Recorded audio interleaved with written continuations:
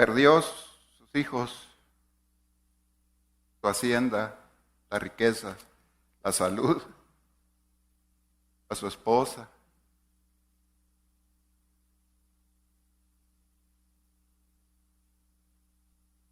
Perdió todo.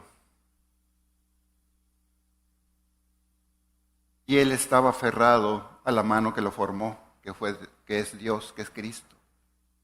Él estaba aferrado a él.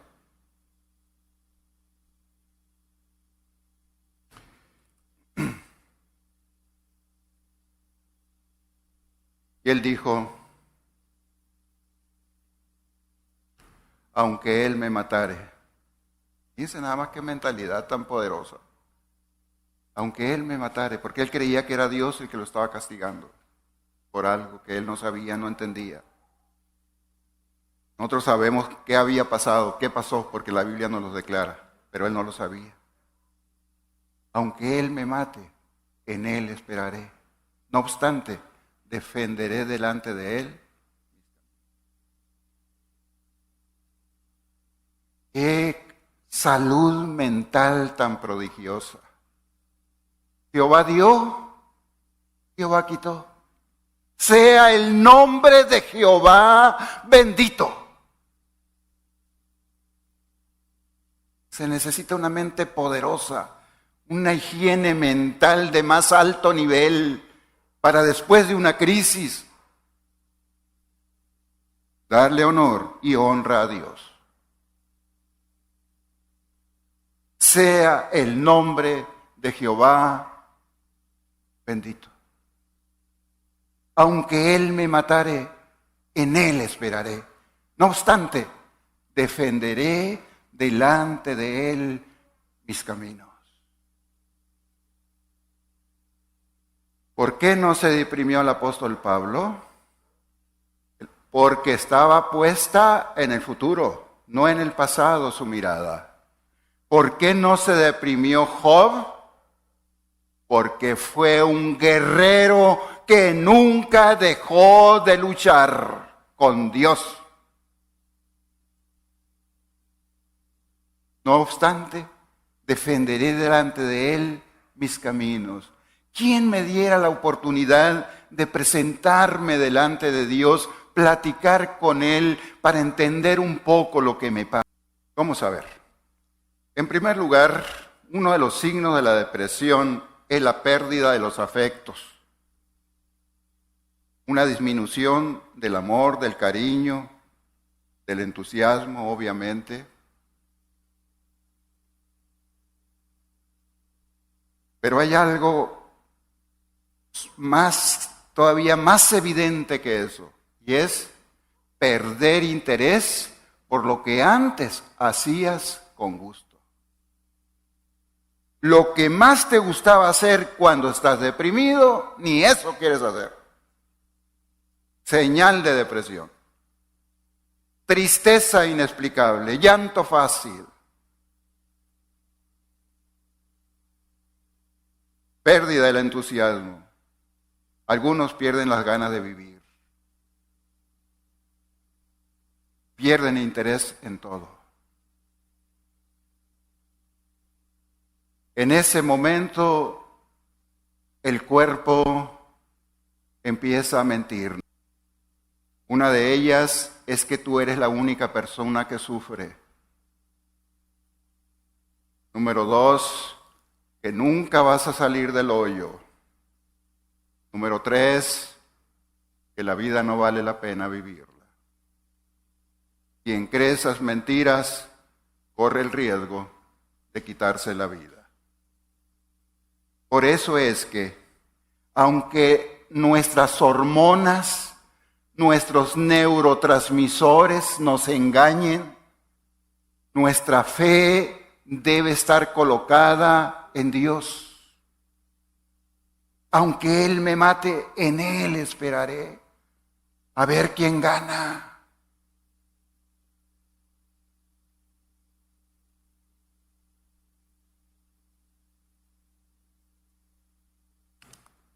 Voy a leer lo que le pasó a David. Él tuvo razones para deprimirse y se deprimió.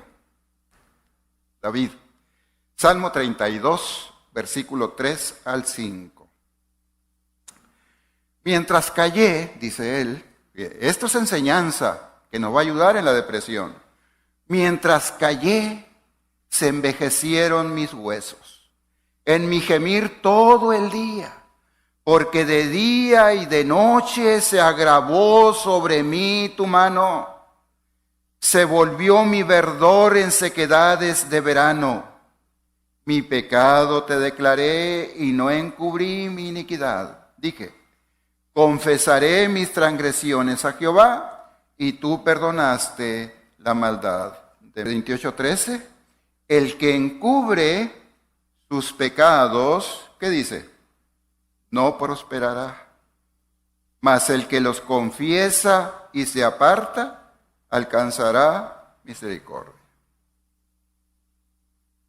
Los secretos matan. Que una muchachita me consulta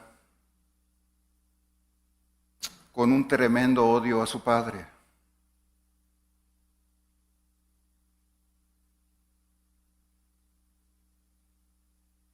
Su padre estuvo abusando de ella, no se lo había dicho a nadie, era el secreto de ella.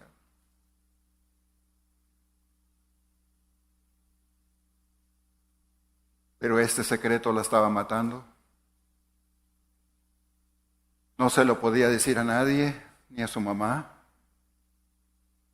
ni a ningún familiar, porque no quería sentirse culpable por la separación de sus padres. Temía de que una vez que mamá supiera esto, se separara de papá y mamá no tenía recursos, la manera de sostenerse a sí misma. Así que ella veía una catástrofe en su familia, así que vivió con su secreto hasta que habló conmigo. Ella, hasta esa fecha, estaba conviviendo con su papá, con un terrible odio hacia su padre. ¿Ya hablaste con él? Ya. ¿Ya le dijiste el daño que te hizo? Ya. Pero es un secreto entre él y yo, nada más. Nadie sabe por qué lo odio. Nadie sabe por qué no hay expresiones de afecto entre nosotros. Solamente él y yo.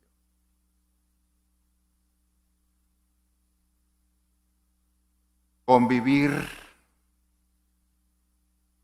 en una familia con odio es lo más terrible. Los secretos matan. David, su plan había sido perfecto. Solamente aquella mujer y él sabían de lo que había pasado, según él. Llega el profeta Natán y le dice, tú eres ese hombre. Entonces él no queda otra cosa más que reconocer su pecado y decir, mientras callé, se envejecieron mis huesos. Supieron superarla una vez que lo sacaron, que reconocieron que habían sido dañadas, que habían sido perjudicadas. A partir de ahí aceptaron su realidad y a luchar, a empezar a aprender a perdonar el pasado. Así que la mayoría de los casos que atendí de este tipo de cosas, de secretos, lo pudieron superar. Pero viene uno positivo, uno muy bonito. Y era, el secreto de esta esposa, era que se casó con su esposo sin amarlo. Primero llegó diciéndome, motivo de consulta.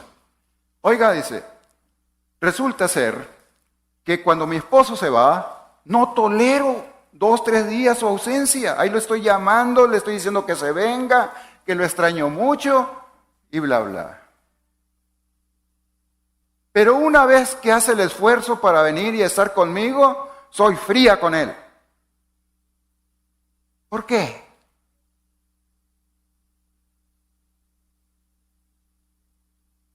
¿Creen ustedes que yo sabía la respuesta? Pues claro que no. Vamos a platicar, a ver si entendemos por qué. A la cuarta sesión, aquella señora grita: es que nunca he amado a mi esposo, no lo amo ni nunca lo he amado. Lo dijo sacándolo del pecho, estallando en llanto. Era su secreto. Se había casado con su esposo sin amarlo. Era su secreto, que la estaba matando y que estaba arruinando su matrimonio. El que encubre sus pecados no prosperará.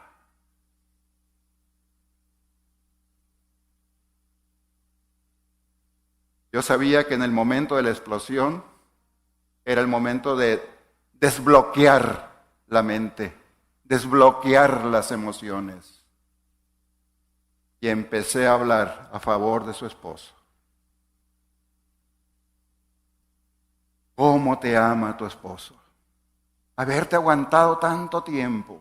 Y qué triste estar en la condición de tu esposo, que te ama, que hizo todo para conquistarte. Y sentirte fría, indiferente. ¿Cómo es que te casaste si no lo amabas? ¿Te obligaron tus papás o no? Resulta que este muchacho, el esposo, se había enamorado de ella, pero era medio timidón, era medio corto, no se aventaba. Pero otro más aventadito le ganó el mandado. Y ella le dijo que sí, y se puso de novia con ese otro más aventadito. Pero su popularidad con las muchachas, que fue lo que ella le atrajo, de ser aventado y todo lo demás, pues le daba una informalidad que hacía conflictiva la relación. En uno de esos pleitos, se atrevió el esposo a decirle que la amaba, que la quería. Ella no que se quedó sorprendida, ella lo sospechaba, solo que era un buen muchacho, por lo tanto era poco atractivo. Por lo general los atractivos son los sinvergüenzas, los que se lucen. Y este era un buen muchacho, así que era insípido, poco atractivo. Y le dijo: dame chance de conquistarte. Y vaya que lo hizo. Ella se casó. Una vez que fui abogado del diablo, a la siguiente sesión, yo no conocía a su esposo. Para la siguiente sesión venía la muchacha, era joven, la esposa, tomado de la mano con ella, con un vestido alegre, con el rostro reluciente. Era una mujer feliz. Ya no estaba deprimida, ya no estaba triste, ya no se sentía frustrada. Todo el esfuerzo que el esposo hizo por conquistarla mientras ella le daba frialdad, tuvo resultado. Se dio cuenta que era un gran hombre, que merecía amarlo, que merecía quererlo. Pero una vez destrabada, esta mujer empezó a amarlo de manera natural. Siguieron las sesiones. ¿Qué pasó con tu frialdad para con tu esposo? Desapareció totalmente. Los secretos matan. Si esta señora hubiera seguido con su secreto, quién sabe cómo hubiera sucedido las cosas. Volvamos a David, Salmo 32. Ahora vamos a ver el 40, del 1 al 3. Dice: pacientemente esperé a Jehová, se inclinó a mí y oyó mi clamor y me hizo sacar del pozo, es la mejor descripción para la depresión. Cuando estamos deprimidos parece que estamos allá en el hoyo. Me hizo sacar del pozo de la desesperación, del lodo cenagoso, puso mis pies sobre peña, enderezó mis pasos, puso luego en mi boca cántico nuevo, alabanza a nuestro Dios. Verán estos muchos, temerán y confiarán en Jehová. Salmo 40, 1 al 3. Dios lo reconoció él. Dios vino y lo confrontó. Tú eres ese hombre. Él confesó su pecado, es cierto. Yo soy ese hombre miserable. Entonces, cuando confesó su pecado, dice él, Dios me sacó del pozo, me puso sobre peña, pero hizo algo más Dios. Puso en su boca cántico.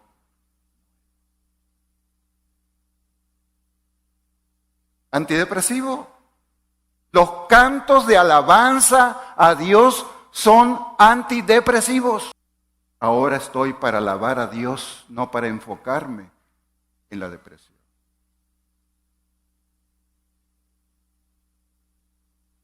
Ahí está David. Ahora sí, ya nos vamos al profeta Elías. Ahí tenemos muchas enseñanzas muy preciosas que nos van a ayudar a salir, a no entrar o a negociar con la depresión. Primera de Reyes 19, ojalá que lo hayan leído. ¿Qué pasa con Elías? El día anterior, Elías estaba con el rey Acab, con los sacerdotes de Baal y enfrente al pueblo. Miles, muchos. Había 7,000 que no habían doblado su rodilla ante Baal, pero solamente él enfrentó la apostasía. Y le dijo al pueblo, si Jehová es Dios, servidle, si Baal, id en pos de él, decídanse.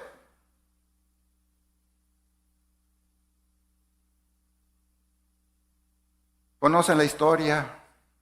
Cómo el altar que puso Elías, el profeta, fue consumido por un rayo de millones de voltios, lo pulverizó las rocas. Dios se manifestó y fue un momento de gran éxito, de gran victoria. Jehová es Dios, Jehová es Dios. Y al siguiente día, Jezabel,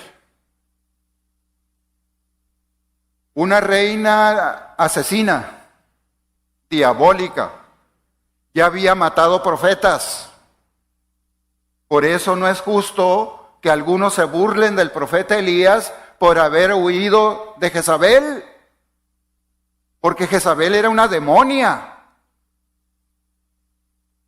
Ya había matado profetas. Y dijo, le envió un mensaje, para mañana tú vas a ser uno de ellos, uno de los muertos de Baal. Y dijo el profeta Elías, sí me encuentras. 19:3 dice, viendo pues el peligro, fíjese, esa es una mente sana, pisando el suelo, acorde a la realidad. No estaba perturbado el profeta. Y viendo pues el peligro, se levantó y se fue para salvar su vida. ¿Es malo huir? ¿Es antibíblico huir? Claro que no. El que esté en la azotea y cuando vienen los perseguidores, no entra a su casa, váyase, dijo Jesús. Si estás en el campo, no te vayas a la ciudad, de ahí métete al monte. Huye, escapa. No es antibíblico huir de la depresión, de una situación que te está deprimiendo. Nada de que aguántate, soporta, si la situación ya es insoportable. Bueno, viendo pues el peligro, se levantó y se fue para salvar su vida. Y vino a Beerseba, que está en Judá, y dejó ahí su criado. No hay ninguna perturbación mental del profeta. Él sabía bien que si se quedaba en Beerseba, esa familia donde iba a recibir hospitalidad, iba a estar en peligro. Si llevaba consigo al criado, también estaba en peligro ese hombre que le ayudaba.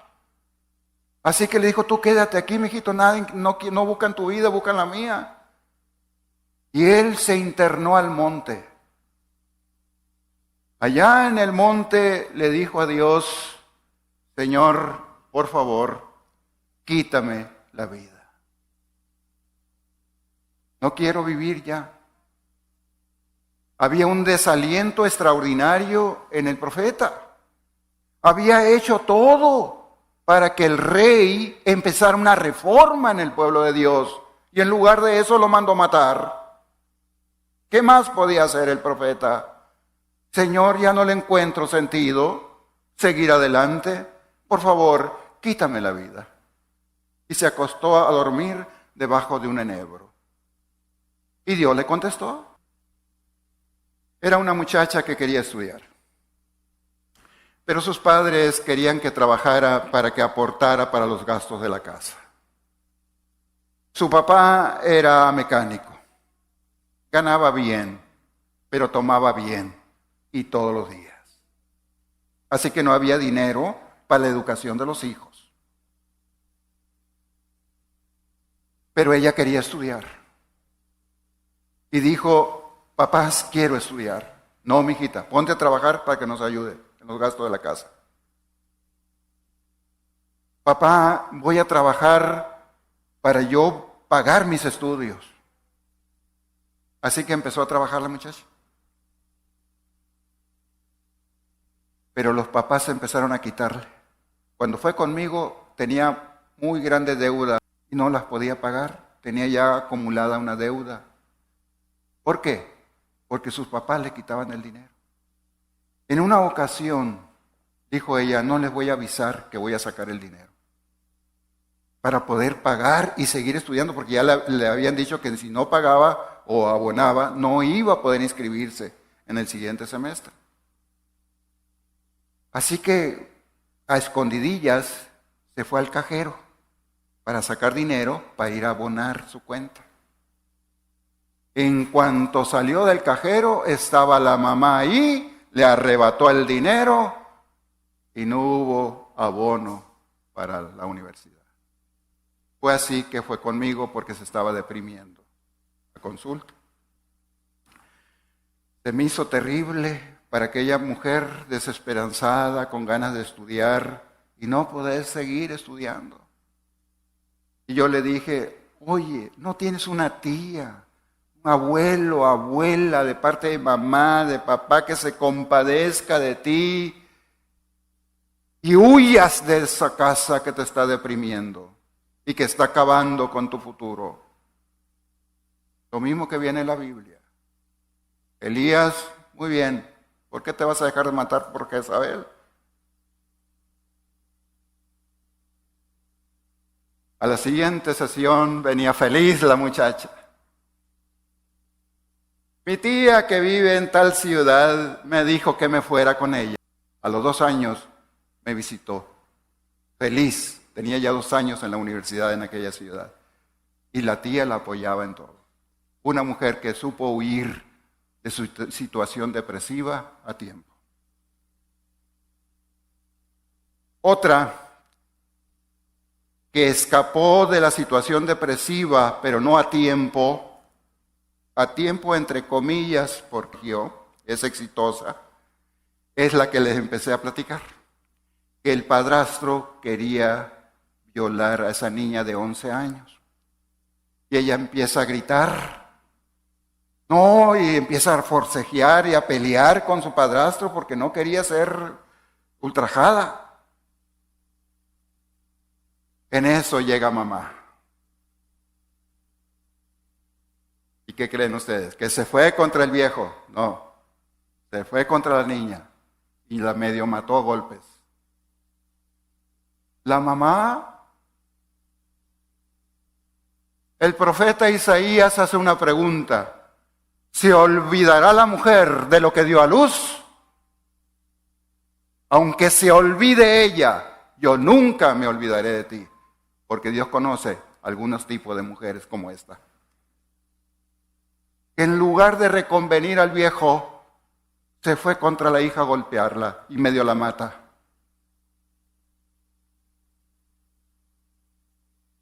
Afortunadamente pidió auxilio, los abuelos fueron por ella,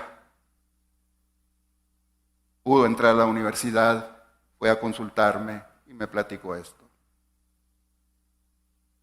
Pudo rehacer su vida, pero traía una depresión terrible. Es decir, huyó tarde, se llevó la depresión consigo. A diferencia de la otra niña, que es el primer caso. Ella no alcanzó a deprimirse totalmente, empezaba a deprimirse, así que el momento que salió de ahí quedó sana. La otra no, quedó con secuelas, que ahí estuvimos trabajando y gracias a Dios se superó. Ahora les voy a platicar un caso que quedó atrapada esta persona en la depresión. Faltan 1 o 2 meses para que cumpla 4 años que no sale de su cuarto. 4 años sin salir de su cuarto. Atrapada en la depresión. Ah, caray. Me llevaron con ella.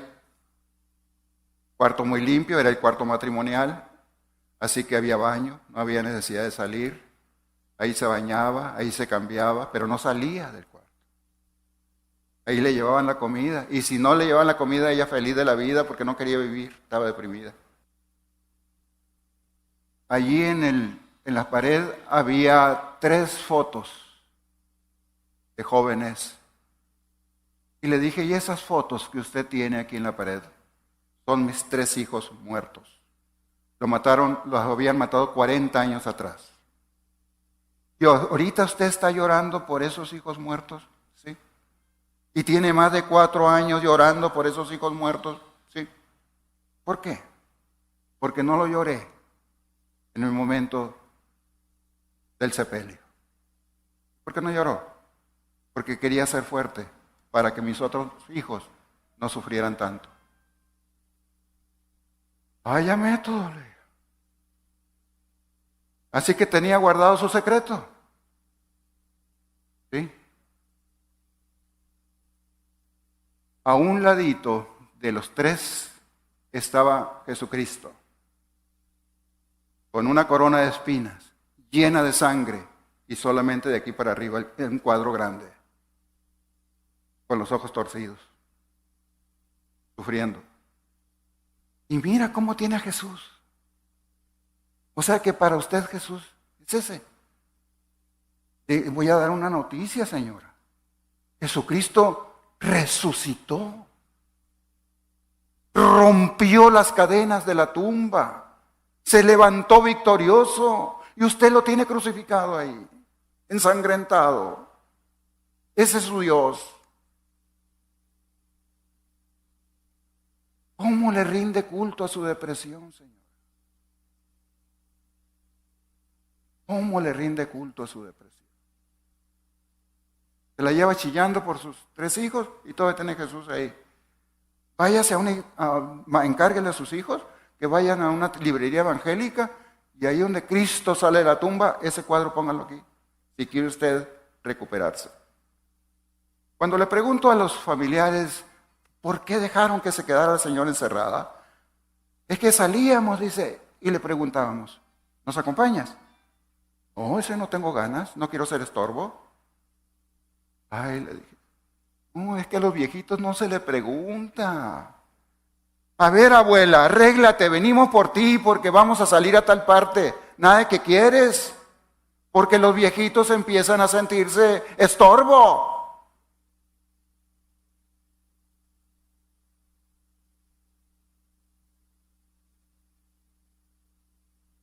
Continúo porque el reloj me dice, apúrate, Joel. Otra enseñanza que tenemos más adelante aquí es huir. No tiene nada de mal huir, tampoco deprimirse, porque ya ve.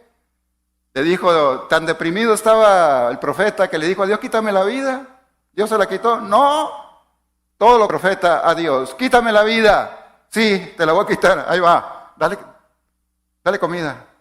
Todo lo contrario. Indirectamente, el ángel estaba diciendo al profeta Elías, Dios quiere que vivas, no quiere que mueras, así que come. Comió tan a gusto el profeta, se quedó dormido y al ratito lo vuelve a despertar. Levántate, come. Ay, que nunca nos falte una buena alimentación equilibrada, con vitaminas, minerales. Cuando Jesús resucita, ayer vimos eso, del camino a Emaús, llegaron al aposento alto y comieron un rico pescado. Ese pescado tiene un aminoácido que se llama triptófano, que es precursor de la serotonina. Cuando es estimulada la serotonina, tenemos un poco más de ánimo, entusiasmo. Así que después de la resurrección, estando Cristo ahí con un pescadito, no, pues se pusieron alegres los discípulos.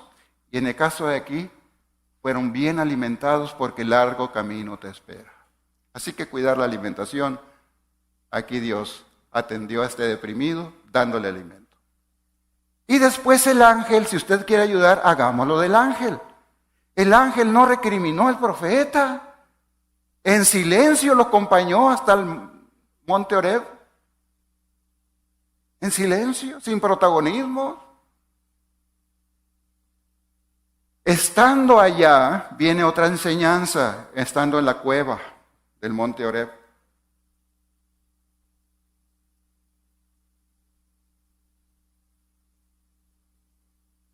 Dios le habla. ¿Qué haces aquí, Elías?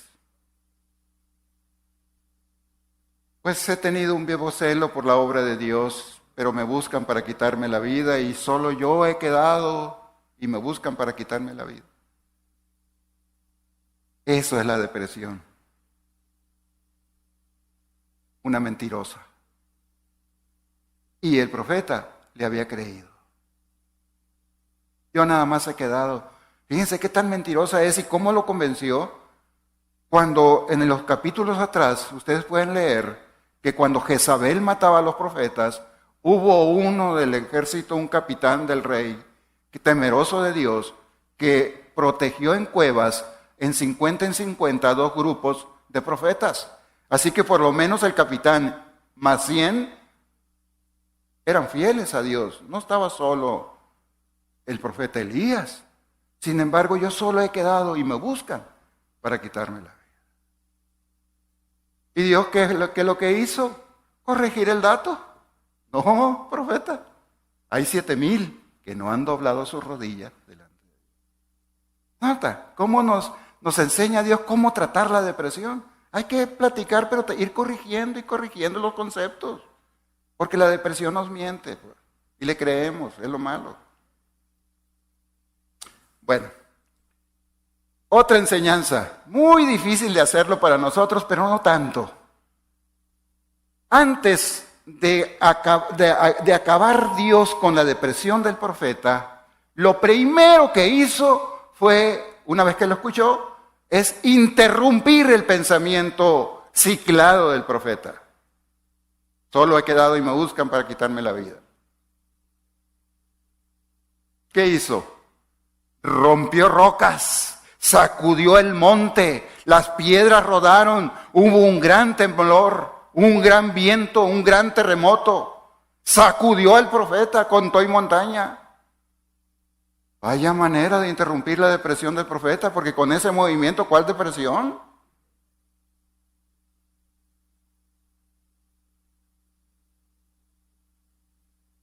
Y ahí está el profeta. Ya que pasó un silbo apacible, dijo, aquí está Dios, aquí voy a hablar con él. Y Jesús, Dios, le rompe el ritmo del pensamiento al profeta. Voy a suponer 3 años después. El profeta recuerda su depresión, pero antes de llegar a su depresión se encuentra con una barrera, que es el temblor del monte Horeb. Y ya no lo deja pasar para atrás. Así son las experiencias. No sé si te haya tocado a ti salir cuando está granizando. Cuando están los granizos chiquitos, porque va a haber granizos más grandes, a veces los hay, ya es peligroso. Pero los chiquitos, que te caen en la cabeza y aguantas uno que otro catorrazo, es una felicidad. Es un gozo ver en la potestad, la grandeza de Dios en la naturaleza. No es posible que nos asustemos. No nos dejemos asustar, de que sean antidepresivos para nosotros. Y por último, lo que aprendemos de ahí es que después de que Dios le quita la depresión al profeta, lo manda a trabajar. Es decir, al trabajo después de que te estás recuperando se le llama terapia ocupacional. Así lo tienes que ver, terapia ocupacional. Sí, el trapeador, la escoba, lavar los trastes, lavar la ropa, arreglar el cuarto, salir a caminar, etc. Aparte de que caminó, viene la convivencia.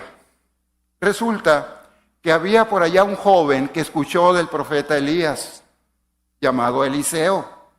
Las noticias llegaron ahí de lo del Monte Carmelo. Y yo creo que en su corazón tenía el deseo de servir a Dios como aquel profeta. Así que cuando llega el profeta Elías, le pone el manto arriba y le hace el llamado, él no lo podía creer. Yo estoy siendo invitado para ser profeta. Yo estoy siendo invitado por Dios y por ese profeta tan maravilloso. No, hombre, su felicidad no tenía límites. Hizo una fiesta, hizo un banquete, el profeta Eliseo. Se lo dio a sus amigos, se despidió de ellos, se despidió de sus padres para ser compañero del profeta Elías, lo que necesitaba el profeta.